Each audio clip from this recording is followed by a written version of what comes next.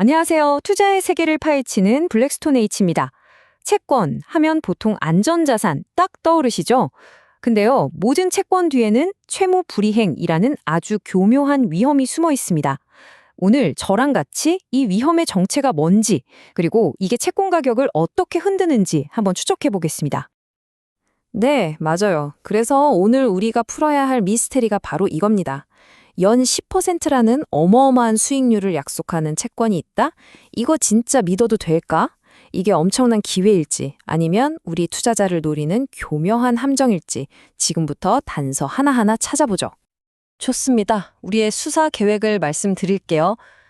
첫 번째, 채권에 숨어있는 위험이 대체 뭔지 정체부터 밝히고요. 두 번째, 신용등급이라는 성적표를 확보해서 세 번째로는 재무제표라는 결정적 증거로 숫자를 한번 탈탈 털어볼 겁니다. 그리고 네 번째, 이 위험이 가격에 어떻게 녹아있는지 파악하고 마지막으로는 전문가들이 이 위험을 어떻게 다루는지 CDS라는 최신 기법까지 한번 따라가 보겠습니다. 자, 그럼 바로 시작하죠. 자, 첫 번째 단서입니다. 모든 채권 투자 뒤에는요, 우리가 절대로 놓치면 안 되는 아주 근본적인 위험이 하나 있어요. 그 이름은 바로 채무 불이행입니다. 채무 불이행 위험, 이게 뭐냐고요? 아주 쉽게 말해서 돈 떼일 위험이에요. 채권을 발행한 회사가 아이고 미안한데 약속했던 이자랑 원금 지금은 못 주겠네요 할 가능성, 바로 이겁니다. 아무리 겉보기에 멀쩡해도 나라가 보증하는 국채가 아닌 이상 모든 약속에는 혹시나 하는 게 숨어 있거든요. 이 약속이 깨질지도 모른다는 가능성. 이게 바로 우리가 쫓아야 할 첫 번째 용의자입니다. 근데 투자자가 이 부도 위험을 하나하나 다 분석하기는 너무 어렵잖아요. 무슨 학생 성적표처럼 딱 보면 바로 알 수 있는 그런 건 없을까요? 바로 그겁니다. 그 성적표가 바로 신용등급이에요. 자, 여기 한번 보시죠. 채권의 세계는요, 크게 두 그룹으로 나뉩니다. 왼쪽은 투자 적격 등급, 말 그대로 믿음직한 5등생들이고요. 오른쪽은 투기 등급입니다. 좀 위험하지만 높은 수익을 노릴 수 있어서 정크본드라고도 불리는 그룹이죠. S&P 기준으로 바로 저 BBB 등급이 이 둘을 가르는 중요한 경계선인 셈입니다. 이 표를 보시면 훨씬 더 와 닿으실 거예요. S&P나 무디스 같은 신용평가 기관들이 매기는 등급인데 AA나 AAA가 가장 안전한 최고 등급이고요. 밑으로 내려갈수록 위험이 커지는 구조죠. 진짜 재밌는 건 저 알파벳 한 글자, 그리고 그 옆에 붙는 플러스, 마이너스 기호 하나 차이가요. 실제로는 그 회사의 재무 상태가 하늘과 땅 차이라는 걸 의미한다는 거예요. 성적표가 있다는 건 이제 알겠어요. 근데 그 성적표, 그러니까 신용등급은 대체 뭘 보고 매기는 거예요? 그냥 인상 보고, 넌 A, 이럴 리는 없잖아요. 진짜 탐정이라면 그 뒤에 숨은 증거를 봐야죠. 정확히 보셨습니다. 신용평가사나 진짜 전문 투자자들은요, 기업의 재무제표를 아주 그냥 샅샅이 뒤집니다. 마치 과학수사대가 현미경으로 증거 분석하듯이 말이죠. 이걸 우리가 재무분석이라고 부르는 거고요. 말하자면 기업의 건강검진 기록부를 낱낱이 들여다보는 것과 똑같습니다. 자, 그럼 어떤 항목들을 중점적으로 볼까요? 바로 이 재무 비율들이 핵심 증거입니다. 보상 비율을 보면 회사가 이자를 갚을 체력이 얼마나 되는지 알 수 있고요. 레버리지 비율은 빚을 얼마나 지고 있는지, 또 유동성 비율은 당장 급한 돈을 막을 현금이 충분한지를 보여주죠. 이 숫자들 안에 기업의 모든 비밀이 숨어 있다고 봐도 과언이 아닙니다.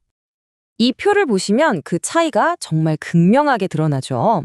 자, 여기 EBITDA다 대비 이자 비용 비율을 한번 보세요. 최고 등급인 AA 기업은요, 벌어들인 돈으로 이자를 25번이나 갚고도 돈이 남아요. 그런데 C등급 기업은요? 한 번도 채 못 갚는다는 뜻입니다. 빚은 또 어떻고요? AA 기업은 1년 정도만 바짝 벌면 모든 빚을 다 갚을 수 있는데 C등급은 거의 9년이 꼬박 걸린다는 계산이 나와요. 와, 아까는 그냥 막연했던 위험이라는 단어가 이제는 아주 구체적인 숫자로 보이기 시작하죠. 네, 이제 위험이 뭔지는 확실히 알겠어요. 근데 그래서요, 이 복잡한 분석이 제 지갑이랑 무슨 상관이 있는 건데요? 이 위험하다는 게 실제 투자 수익률에는 어떻게 반영되는 거예요? 바로 그거죠. 아주 핵심적인 질문입니다.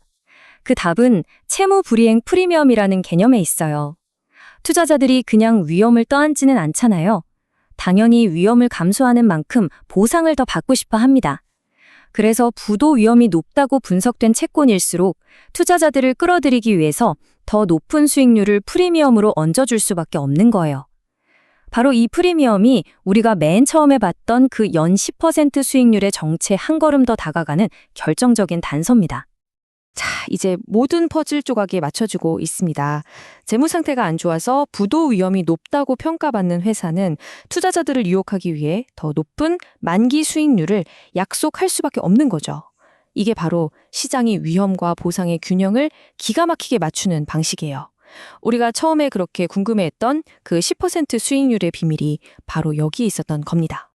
하지만 여기서 절대 놓치면 안 되는 단어가 바로 약속된 수익률이라는 겁니다. 이 문장이 모든 걸 말해주고 있어요. 약속 수익률은 채권 발행자가 채무를 모두 이행했을 때만 실현되는 최대치에 가능한 수익률이다. 다시 말해서 10%는 어디까지나 약속일 뿐이라는 거죠. 만약 회사가 부도가 나면 실제 수익률은 마이너스로 곤두박질을 칠 수도 있다는 무서운 뜻입니다. 자, 이제 마지막 퍼즐 조각을 맞춰볼 시간입니다. 지금까지 우리는 위험을 분석하고 평가하는 법을 배웠어요. 그렇다면 전문 투자자들은 이 위험을 그냥 앉아서 당하기만 할까요? 천만에요. 그들은 이 위험 자체를 하나의 상품처럼 사고 파는 아주 최신 금융 도구를 사용합니다. 그 도구의 이름, 바로 신용부도 스와프, CDS입니다. 이름은 좀 어렵게 들리지만 개념은 생각보다 간단해요. 특정 채권이 부도날 위험에 대비해서 드는 보험이라고 생각하시면 딱 맞습니다. 채권 투자자는 보험료, 즉 CDS 프리미엄을 내고 위험을 다른 사람에게 넘기는 거죠. 그러다 만약 그 채권이 진짜로 부도나면 보험을 팔았던 쪽에서 손실을 대신 물어주는 그런 계약인 겁니다. 와, 이 그래프를 보니까 CDS가 뭔지 확 와닿네요. 파란색 선이 그리스 국채, 빨간색 선이 독일 국채의 CDS 가격인데 두 선이 정말 극적으로 벌어지네요. 블랙스톤 H님, 이 그래프 뒤에는 어떤 이야기가 숨어 있나요? 네, 이건 2011년 유럽 재정위기 때 상황인데요. 당시 시장에서는 그리스가 곧 국가부도를 낼 거라는 공포가 엄청났습니다. 그 결과 그리스 국채에 대한 보험료, 즉 CDS 프리미엄이 무려 1300bp 이상으로 치솟았어요. 여기서 bp는 0.01%를 의미하는데요. 쉽게 말해 연 13%가 넘는 어마어마한 보험료를 내야만 부도 위험에서 벗어날 수 있었다는 뜻이죠. 반면에 가장 안전하다고 여겨지는 독일 국채의 보험료는 거의 0에 가까웠고요. 이처럼 CDS 가격은 시장 참여자들이 특정 채권의 위험을 지금 이 순간 어떻게 보고 있는지 그 심리를 실시간으로 보여주는 온도계나 마찬가지입니다. 자, 이걸로 사건의 전모가 모두 드러났습니다. 오늘 우리는 채권 수익률이라는 달콤한 유혹 뒤에 숨겨진 진실을 파헤치는 유능한 투자 탐정이 되어봤습니다. 이 경험이 여러분을 훨씬 더 현명한 투자자로 만들어줄 거라고 확신합니다. 앞으로 여러분이 채권을 딱 마주했을 때 따라야 할 수사 절차를 딱 4단계로 정리해드릴게요. 첫째, 일단 높은 수익률을 보면 무조건 의심부터 하세요. 둘째, 신용등급이라는 성적표를 꼭 확인하시고요. 셋째, 거기서 멈추지 말고 재무비율이라는 객관적인 증거를 직접 분석하세요.